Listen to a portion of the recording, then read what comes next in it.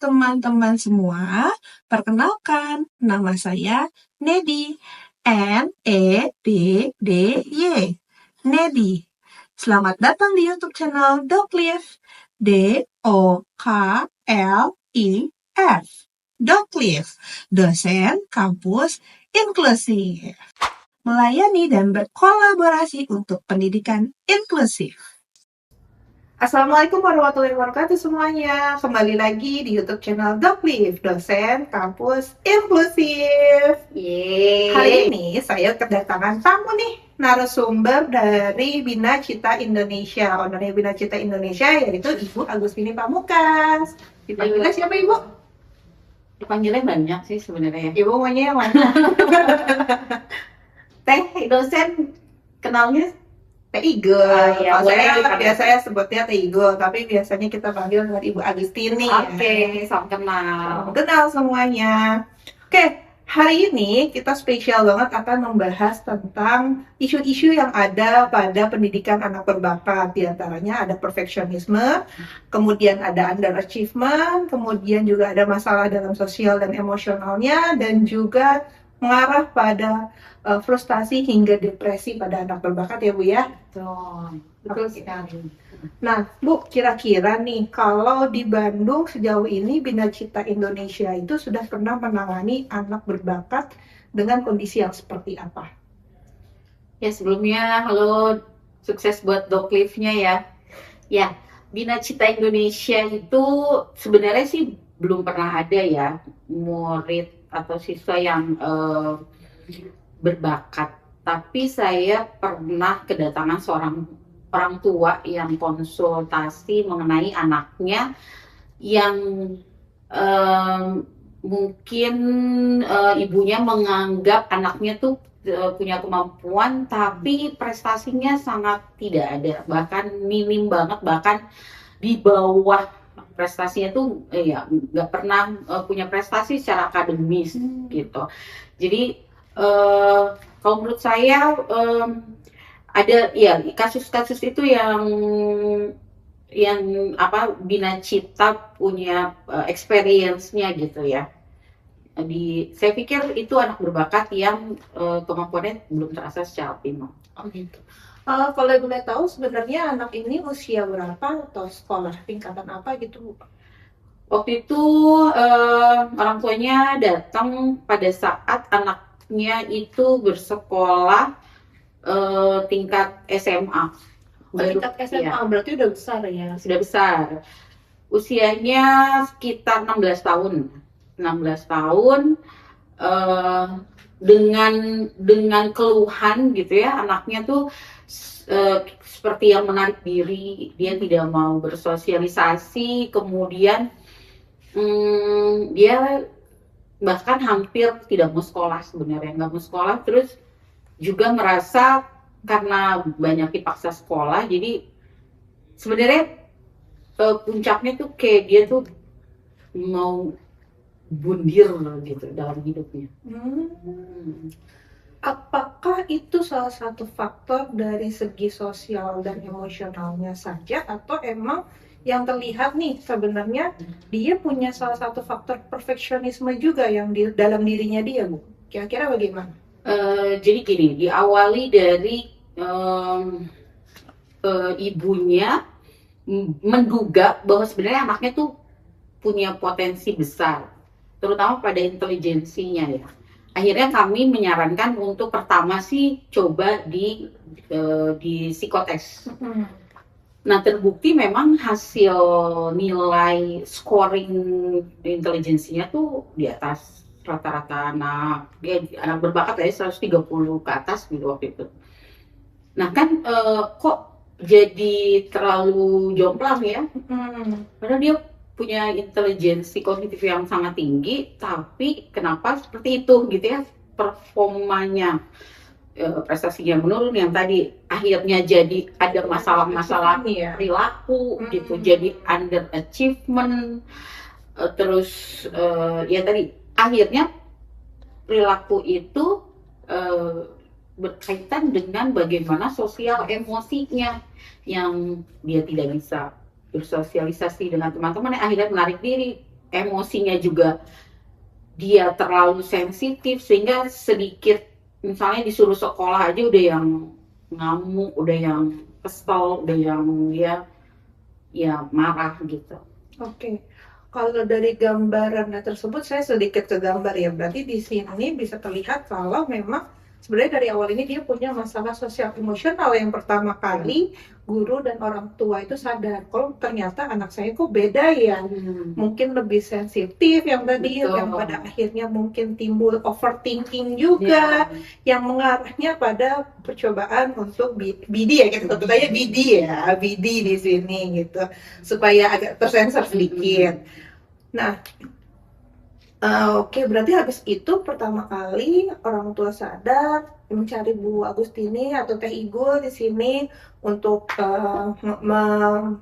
memprioritaskan si tes IQ-nya ini ternyata betul kalau dia ini sebenarnya adalah anak berbakat di bidang akademik yang memang selama ini merujuk pada underachievement di sini ya, karena dari segi performa sekolahnya anak ini nilainya berarti jauh malah dibandingkan dengan anak-anak pada umumnya teman sekelasnya, tapi karena adanya keberbakatan yang tidak teridentifikasi di awal ini menyebabkan dia jadi tanda kutipnya mungkin gurunya menganggap dia malas juga dan anak yang memang sulit diatur ya Bu ya? Betul.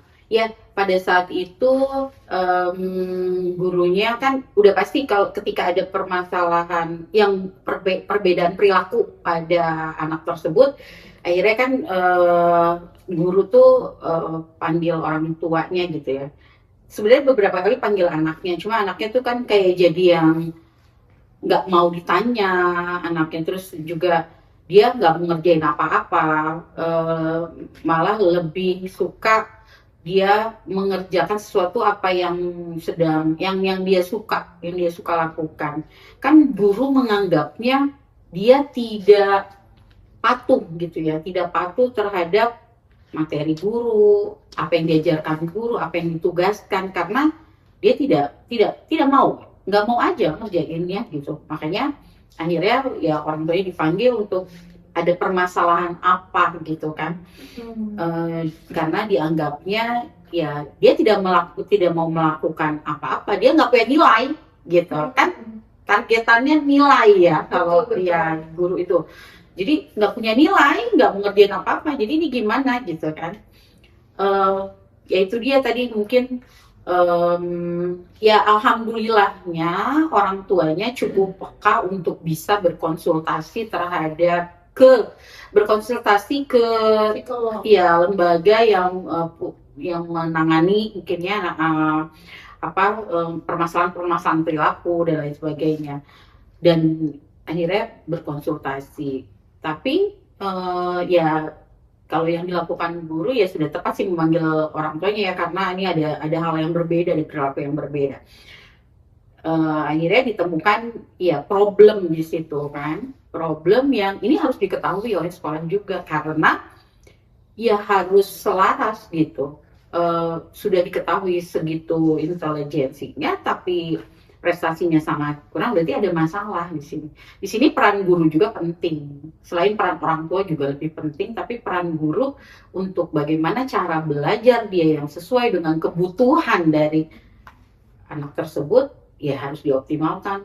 Besar loh, maksudnya kemampuannya kan ya, kognisinya, intelijensinya tuh sangat besar. Dia pasti cepat paham, dia pasti cara berpikirnya juga udah lebih jauh, lebih ke depan. Tapi bagaimana nih kebutuhan ini direspon gitu sama gurunya. Oke, berarti setelah diketahui anak tersebut hasilnya kan tadi IQ-nya 130, orang tua berarti kan kembali ke sekolah dengan hasil yang dia dapatkan dari hasil tes IQ. Di situ juga pastinya tentunya ada saran dan semacamnya.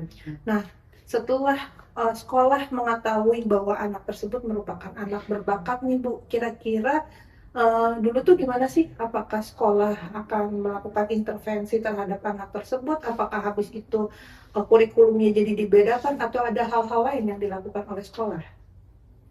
Ya, setelah mengetahui seperti itu sih sebenarnya nggak banyak sekolah lakukan ya, karena tetap saja secara materi itu tidak dibedakan. tidak diadaptasi sesuai dengan kebutuhan anaknya. Hanya saja ya laporan itu cukup diketahui bahwa anak ini punya kognisi yang segini, punya intelijensi yang sekian, kemudian menyerahkan sih pada mitra lembaga lain untuk bisa ya semoga bisa terus berkonsultasi atau terus mungkin ada terapi-terapi yang disarankan gitu. Jadi kalau menurut saya sih ya peran sekolah juga harus penting ya untuk bisa melihat kepekaan kebutuhan dari si anak ya tetap harus berbeda, karena kalau tidak dibedakan atau disesuaikan lah ya dengan potensinya, dengan keadaan dirinya, ya nggak akan jadi apa-apa lagi gitu. Jadi waktu itu sih disaranin ke sekolah untuk bisa lebih challenging gitu ya pembelajarannya, atau apa dimulai dari apa kesukaannya dia gitu, biar dia bisa lebih termotivasi, bisa lebih semangat. Terus bisa juga misalnya tutor sebaya ya, mana nih yang bisa selaras sama dia, yang apa pembahasannya tuh dia banget gitu. Harusnya sih memang ke sana ya, tapi mungkin kurikulumnya harus sama, jadi ya belum terlalu optimal sih ke arah adaptasi kurikulumnya. Tapi ya hasil itu harus perlu diketahui dan harus ditindaklanjut sebenarnya sama sekolah. Sebenarnya kalau kita bahas di materi sebelumnya nih ya, mahasiswa-mahasiswa yang sudah belajar di materi sebelumnya, kita itu mulai untuk mengidentifikasi dulu nih awalnya anak berbakat itu seperti apa. Pun kita juga harus bekerja sama dengan mitra yang tadi sudah dibilang dengan Bu Igul ya. Jadi untuk mengoptimalkan sebenarnya potensi apa yang dia miliki di sini, ya kita harus juga menyertakan si tes IQ itu tadi untuk mendukung keberbakatan akademik yang dia milikinya. Terus dari segi hasil asesmen itu apa saja nih yang memang menjadi potensi dan bakat ini yang masih terpendam, terus permasalahan sosialnya seperti apa, solusinya seperti apa. Itu adalah bentuk kerjasama mitra yang bisa kita gabungkan menjadi satu dalam kesatuan, yaitu namanya profil siswa. Pun nanti setelah adanya profil siswa tersebut, kita harus melakukan yang namanya asesmen akademik untuk anak tersebut. Nah, poin utamanya di sini kita bisa lihat, kalau misalkan dia memiliki keberbakatan akademik, berarti mau nggak mau materinya harus kita modifikasi dengan tingkat kesulitan yang berbeda dengan teman-temannya. Karena di sini tadi kasusnya Bu Agustini di sini kan bilang kalau anak ini memang tidak di-provide oleh sekolahnya, jadi dia masih belajar selayaknya siswa-siswa yang ada di sana, sehingga memunculkan faktor internal dia, yaitu sosial emosionalnya yang menolak kalau dia harus belajar sesuai dengan teman-temannya, sehingga guru-gurunya menilai bahwa anak ini sebenarnya tidak mampu dalam belajar. Tetapi ternyata bukan itu ya Bu ya. Ternyata itu memang kebutuhan dasar yang dia butuhkan tetapi tidak di-provide oleh sekolahnya. Nah, di sini buat teman-teman calon guru, mahasiswa-mahasiswa yang sedang belajar di materi anak berbakat ini, teman-teman di sini harus menyesuaikan atau memodifikasi lagi supaya materi ini bisa diadaptasi untuk anak tersebut.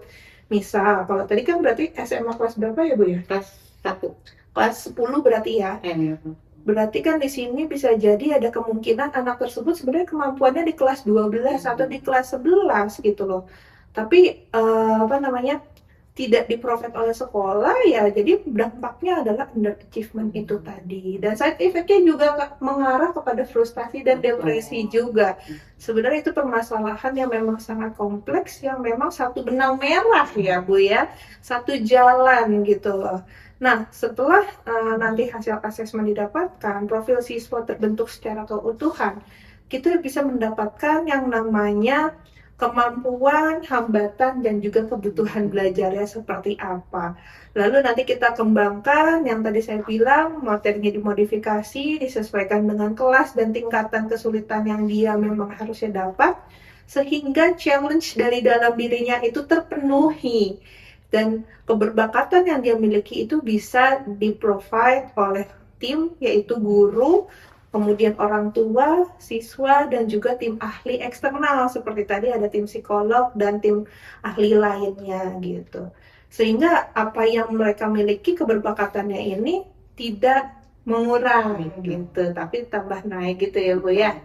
Kira-kira gimana? Apa ada Ibu tambahan dari Bu Agustini gimana nih untuk teman-teman mahasiswa ke depannya, apa saran yang bisa Ibu berikan jika nanti ke depannya mereka mendapatkan kursus serupa? Ya, artinya sebenarnya ketika nanti calon guru ya, kalau sudah menjadi guru kan pasti punya siswa ya, punya murid. Ya, tidak begitu saja menerima siswa dalam keadaan siapapun gitu ya. Jadi butuh sekali, tadi benar kata Bu Nedi itu, identifikasi awal. Ketika kita menerima, ya jangan menerima gitu aja. Kan sama aja ketika kita menerima calon ya, kan harus ini ya, harus diketahui ya, aslinya seperti apa gitu. Diidentifikasi dulu lah guys. Jadi jangan mentah-mentah gitu ya, diterima gitu juga murid, jangan mentah-mentah diterima. Artinya kita kan punya targetan apa, punya tujuan apa, punya goals apa, ya itu diawali dengan identifikasi.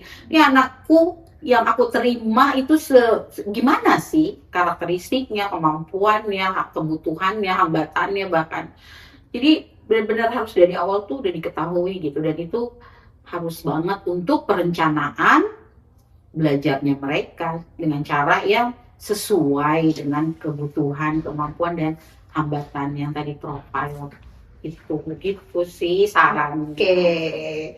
Kalau saran, karena kan di sini sebenarnya Bu Agustini ini berperan sebagai dua, orang tua juga, kemudian praktisi pendidikan khusus juga, guru juga, kepala sekolah juga, owner juga, diborong semuanya. Kira-kira kalau dari segi orang tua, gimana nih sarannya supaya kita tuh tahu nih dari kecil, misalkan anak ini kok ternyata anak saya punya keberbakatan, gimana nih Bu kira-kira, dan sejak kapan kira-kira bisa terlihat? Ya, sebenarnya sih saya sebagai orang tua ya, sejak dini banget sih harus kalaupun memang kita belum tahu ya anak kita bakatnya kemana ya, minatnya kemana ya. Kalau saya sih, saya pernah, maksudnya experience saya, pengalaman pada anak-anak saya tuh, jadi saya coba aja ke berbagai aktivitas yang apapun yang ada gitu ya olahraga, ya seni, apa segala macam. Nanti di situ terlihat teknik. Jadi kalau misalnya dia punya minat dan ada bakat di situ, biasanya konsisten. Biasanya konsisten dan dia happy ngejalaninnya. Tapi ketika kalau dia enggak dan dia tidak minat atau malah dia bakatnya bukan ke sana, itu tuh ya gitu, males-malesan, baru juga 2 kali pertemuan misalnya ya, dia udah kayaknya nggak mau gitu, terus ya pokoknya dia nggak happy juga ngejalaninnya. Jadi dari situ dia ditarik ketika beberapa lama gitu, terus oh dia tuh senangnya di sini ya, oke, terus hasilnya tuh bagus ketika dia ada bakat, kelihatan hasilnya bagus walaupun berlatihnya masih beberapa kali gitu. Jadi itu sih kalau menurut saya tips buat orang tua gitu ya, untuk bisa melihat, kalaupun misalnya masih awam, tapi biasanya orang tua sih kadang juga bisa peka juga melihat, oh anakku bakatnya kesini. Tapi kalau misalnya benar-benar yang apa sih, cobain aja dulu semua. Kalau dia konsisten dan happy, itu kayak minat dan bakatnya sih. Berarti kunci awalnya kita tahu dari dini ya, adanya keberbakatan dari anak kita itu dia konsisten dan happy ketika ngejalanin itu semua. Betul. Oke. Mungkin gitu dulu aja podcast kita hari ini. Terima kasih Bu Tini atas kasusnya yang lumayan bukan unik ya, lumayan sebenarnya agak sulit sebenarnya, karena menurut saya ini ditemukannya itu justru pas udah dewasa. Betul. Yang dimana harusnya itu dari kecil orang tuanya nih udah tahu, tapi kok baru muncul permasalahan di kelas 10. Tapi tidak ada kata terlambat untuk mengenali anak itu sebagai anak berbakat, sehingga kedepannya bisa dikembangkan lagi, karena masih ada waktu 3 tahun lagi ya Bu ya, berarti ya 3 tahun lagi untuk anak tersebut belajar di sekolah menengah atas. Yang harapannya ya mungkin di kuliahnya sekarang bisa diproses sesuai dengan keberbakatan yang dia miliki, minat yang dia miliki, sehingga dia bisa berkembang maksimal di sana.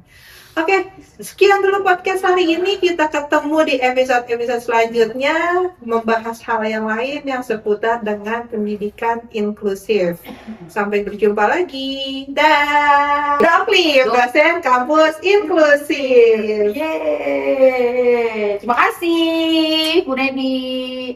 Makasih. Terima kasih sudah menonton YouTube channel Doklif. Jangan lupa like, comment, and share YouTube channel Doklif ya. Sampai jumpa lagi. Dadah.